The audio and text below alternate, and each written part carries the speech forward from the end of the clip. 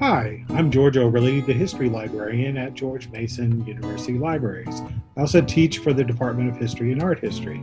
This video is going to help you find key databases to do some primary source research. Primary sources are the most important resources to historians because they are our main pool of evidence to kind of back up whatever points we're making. So we've talked a lot about secondary sources, so now let's delve into the things that historians get really excited about, which are primary sources.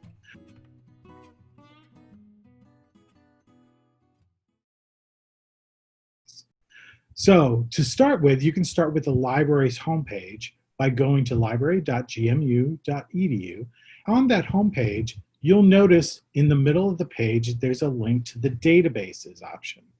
When you click on databases, you'll see a list of many different subject areas. And the one I would encourage you to look at is called History and Primary Source Research. When you get to the landing page, you'll notice there are a lot of databases. There are 220. Some have secondary sources, but a significant number of these databases are primary source databases.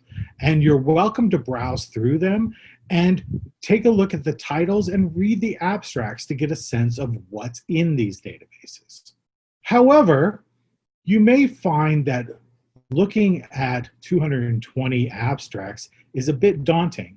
So I have created a curated version of these databases in our subject guides. So from the library's homepage, if you go to the link right next to the databases called Subject Guides, it'll bring up many different groupings of subjects. The one that I would suggest using for finding primary sources is the one called History and Primary Source Research. If you expand out the list by clicking on History and Primary Source Research, you'll see there are several different guides that have been created, and they are generally organized by geographic place, or in the case of many of the United States guides, they have limits by time period. I'm going to start by showing you the American history sources 1600s to 1820s, because once you get a sense of this, you'll have a sense of how all of these guides are structured. The most important thing to notice is on the left or even in the middle where it says begin your research. These are the navigation sections of this guide. I organized the information by creating a find secondary source, which we've talked about in other videos, or by finding primary sources by the resource type. Books as a primary source, periodicals such as magazines and newspapers as a primary source, or legal and government documents as another example. And then finally, some archival examples. So when you go into one of the links, such as Find Primary Source Books and Imprints, you'll see that catalogs come up first, but scroll down beyond that, because what I want to really emphasize are these databases that we subscribe to or own. And it's under the major collections area. There are databases such as America's Historical Imprints. There are databases like Early English Books Online. And please note the abstract, which tells you a little bit about what's in the collection. So for example, in the Early English Books Online, it tells you it's a collection of printed materials that are in English, and it has over 100,000 titles. These titles come from various catalogs from England, and they are essentially the authoritative list of digital books that have been produced in the English language. If you keep scrolling down, you'll see things like Save in America. It's got another set of types of resources. And what's really important when you go into these, or before you go into these, is to know exactly what's in them. And if you're not sure, go into the database and browse.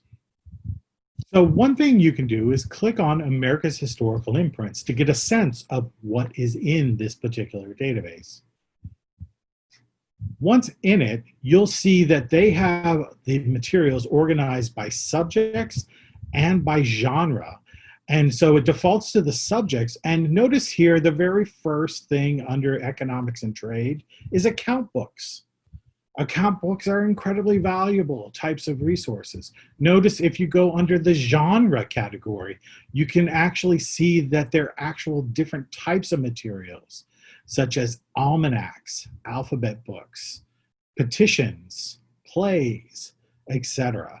These are really good ways to start getting a good source pool to explore your historical question.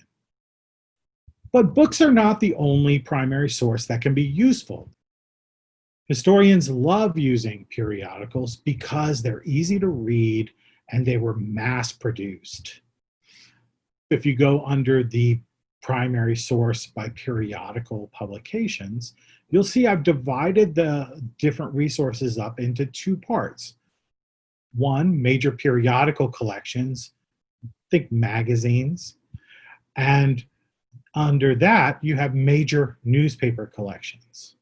Under the major newspaper collections, there are several different sets of resources, and each one of them is slightly different. So knowing which one to use will require some thought and trial and error. Of course, if you're not sure, you can always contact your professor or me.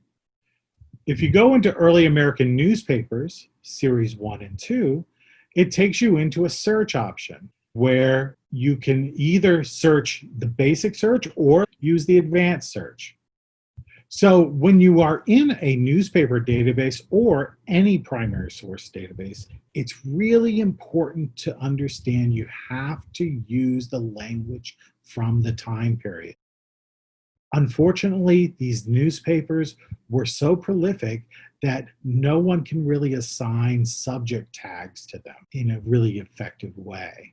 So the best approach is to try to understand what you're looking for. If you're doing research on taverns, for example, you might use the word tavern as your search, but it's important to understand that taverns were also called ordinaries. And so if you only search for taverns and you limit your search between 1750 and 1790, you get a lot of hits.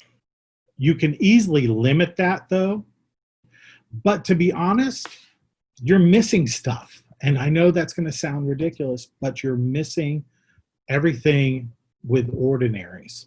So think of what exactly are you looking for and how you might express that in everyday language from the period.